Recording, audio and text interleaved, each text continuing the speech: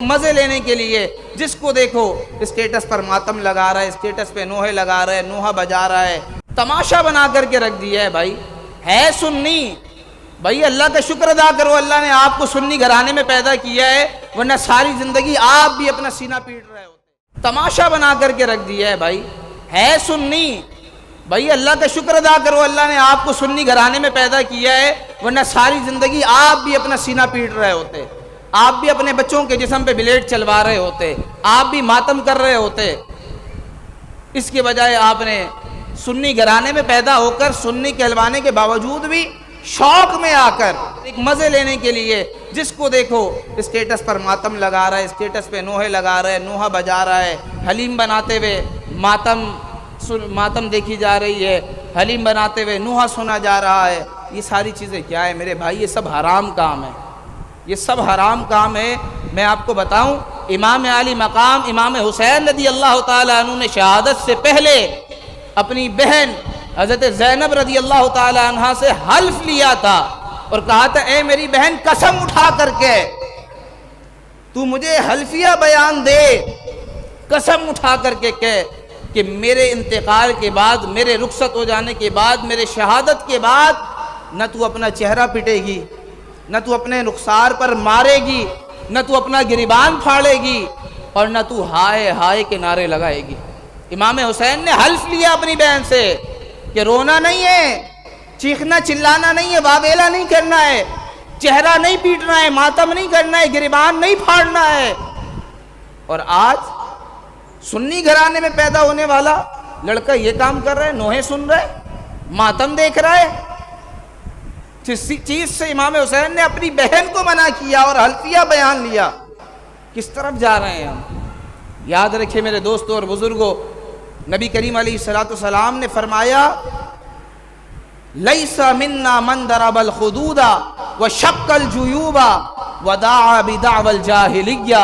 حضور علیہ السلام نے فرمایا، جو اپنا چہرہ پیٹے یعنی ماتم کرے اور اپنے گریبان پھاڑے اور دور جاہلیت کی سی باتیں کرے، اس سے ہمارا کسی قسم کا کوئی تعلق نہیں ہے، وہ ہم میں سے نہیں ہے۔ حضور علیہ السلام نے بیان فرمایا، کہتے نہیں وہ تو ہم تو بس ایسے ہی دور سے کھڑے ہو کر کے ماتم دیکھ رہے تھے، نہیں بس ایسے ہی مجلس میں چلے گئے تھے، ہم کوئی شیعہ تھوڑی ہو گئے، ہم کوئی صحابہ کے گستاخ تھوڑی ہو گئے، وہ تو ہم بس ایسے ہی چلے گئے تھے مجلس میں، دوست لے گیا تھا پکڑ کر ہمیں، بس ویسے ہی بجا لیا تھا حلیم بناتے ہوئے نوحہ۔ یاد رکھیے میرے دوستوں اور بزرگوں، نبی کریم علیہ السلام نے فرمایا، من تشبہ بقوم فہو منہم۔ محرم الحرام میں خاص کالا لباس سلوا کر پہننے والوں، یہ اہل تشیعوں کے طرز کو اختیار کرنے والوں، سنو، حضور نے فرمایا، من تشبہ بقوم فہو منہم۔ حضور نے فرمایا، جو جس کی مشابہت اختیار کرے گا وہ انہی میں سے ہوگا۔ کیا آپ چاہتے ہیں کہ آپ کا انجام گستاخ صحابہ کے ساتھ ہو؟ کیا آپ چاہتے ہیں آپ کا انجام ان کے ساتھ ہو جو ام المؤمنین حضرت اماں عائشہ کو گالیاں دیتے ہو؟ کیا آپ یہ چاہتے ہیں کہ آپ کا انجام ان لوگوں کے ساتھ ہو جو جناب ابو بکر صدیق، حضرت عمر بن خطاب، حضرت عثمان غنی، حضرت امیر معاویہ، حضرت ابو سفیان رضی اللہ تعالیٰ عنہ کو گالیاں دیتے ہوں؟